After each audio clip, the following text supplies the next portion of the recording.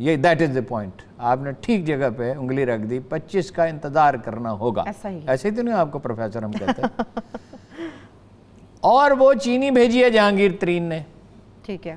یہ ثابت ہو گیا تو جہانگیر ترین صاحب شکنجے میں آ جائیں گے. لیکن جس جہانگیر ترین کو میں جانتا ہوں وہ یہ کام کرنے والا ہے نہیں.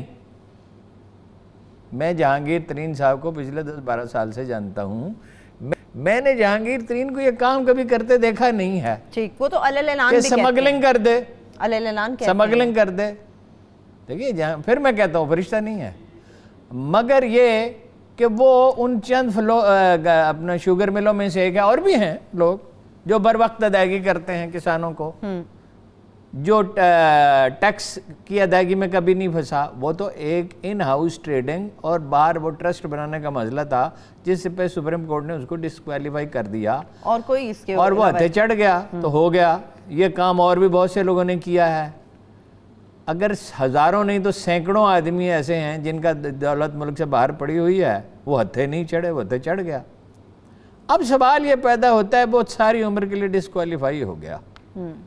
بیٹا اس کا الیکشن میں انٹرسٹڈ نہیں ہے، ایک دفعہ دھکیل کے اس کو لڑا دیا، اس نے کہا میں نے نہیں دیا. علی ترین کا کوئی انٹرسٹ نہیں ہے اس میں. یہ بات میں مان سکتا ہوں کہ اگر تلخی رہی تو ممکن ہے کہ جب وقت آئے تو وہ اپنا حساب چکانے کی کوشش کرے. صحیح، یہ میں مان سکتا ہوں. لیکن ابھی تو پتے کھلے نہیں ہیں. ابھی تو پہلے 25 اکتوبر کی رپورٹ تو آنے دیں. لیکن آوازیں تو آنا شروع ہو گئی ہیں ہارون صاحب. دیکھیں نا، اس نے جو ریاض صاحب ہیں، راجہ ریاض صاحب نے جو تقریر فرمائی تو جہانگیر ترین نے انہیں فون کیا کہ بھائی اتنا جذباتی ہونے کی ضرورت نہیں ہے. جن 4 اور آدمیوں کو کہا جا رہا ہے انہوں نے اظہار ہمدردی کیا جہانگیر ترین سے، اور یہ قابل فہم ہے. لیکن عمران خان صاحب کے لیے تو گھنٹی خطرے کی ہے. یہ جب پتے سرخ ہوں گے تو پھر یہ فیصلہ ہوگا کہ گرنے کا وقت آ گیا ہے یا نہیں آیا. اس وقت یہ فیصلہ صادر کرنا کہ عمران خان کی حکومت جا رہی ہے، یہ بالکل میں سمجھتا ہوں کوئی دانائی کی بات نہیں ہے. سخت فکر نہیں کہنا چاہیے، دانائی کی بات نہیں ہے. البتہ شہباز شریف صاحب مینٹلی کبھی کبھی وزیر اعظم بننے کے لیے تیار ہو جاتے ہیں ویسے اور جوڑ توڑ کرتے ہیں. مگر ایک نقطہ اور یاد رکھیں، جس چودھری پرویز الہی کو میں جانتا ہوں، جس چودھری شجاعت کو میں جانتا ہوں، اور ان کے والد گرامی کو جانتا ہوں، چودھری اپنا ظہور الہی مرحوم کو، جن سے ہمارے خاندان کا مراسم تھے اور میں اپنے بڑے بھائی کے ساتھ ان سے ملنے کے لیے جایا کرتا تھا. یہ شریف خاندان پہ اعتماد نہیں کر سکتے. جب شریف خاندان کا ذکر ہوتا ہے وہ ایک ہی بات کہتے ہیں، یہ وعدہ شکن لوگ ہیں، یہ منحرف لوگ ہیں، ہونے والے لوگ ہیں، ان پہ بھروسہ نہیں کیا. اگر چودھری برادران نے شریف خاندان پہ بھروسہ کیا اور ان کے ساتھ کوئی سمجھوتا کیا جس کے مجھے کوئی اندیشہ نہیں، تو وہ اس سے بڑی غلطی کریں گے جیسی انہوں نے چودھری پرویز الہی نے ڈپٹی پرائم منسٹر بن کے زرداری کا کی تھی. اور جو نوٹیفیکیشن نکلا تھا اس پہ لکھا ہوا تھا کہ ہیں تو یہ ڈپٹی پرائم منسٹر، مگر ان کا اختیار کوئی نہیں. لیکن جس شہباز شریف صاحب کو جتنا ہم سب جانتے ہیں، ہارون صاحب آپ کا تجربہ زیادہ ہے، ہمیں یاد ہے صوبائی سطح سے جب آگے وہ ملکی سطح پر ایز این ایم این اے گئے تھے، ہمیشہ صوبے کی سطح تک وہ رہے، تو دیکھنے والے میچ ہوتے تھے جب وہ ایک نیشنل اسمبلی کے اندر سپیچ کرنے کے لیے کھڑے ہوتے تھے. خیر، نجیب ہارون صاحب کی آپ نے بات کی. نجیب ہارون صاحب بانی رکن ہے پی ٹی آئی کے، ان کے استعفے کی وجہ ترین صاحب سے ہمدردی ہے یا پھر کوئی اور اختلافات ہیں؟ نجیب صاحب کا کوئی دور کا تعلق بھی ترین سے نہیں. تو پھر وجہ کیا ہے؟ نمبر 2، نجیب ہارون ایک بالکل منفرد آدمی ہے. ہی از ان لائک دا پولیٹیشنز. ایک تو آپ کو یہ سن کے حیرت ہوگی کہ ایک زمانے میں ایک مشہور اخبار نویس ہے، انویسٹیگیٹو رپورٹر. اخباروں میں اور ٹی وی میں رواج نہیں ہے کہ اخبار نویسوں کا نام لیا جائے، مگر کسی نے کوئی اچھا کام کیا تو اس کا نام لینا چاہیے.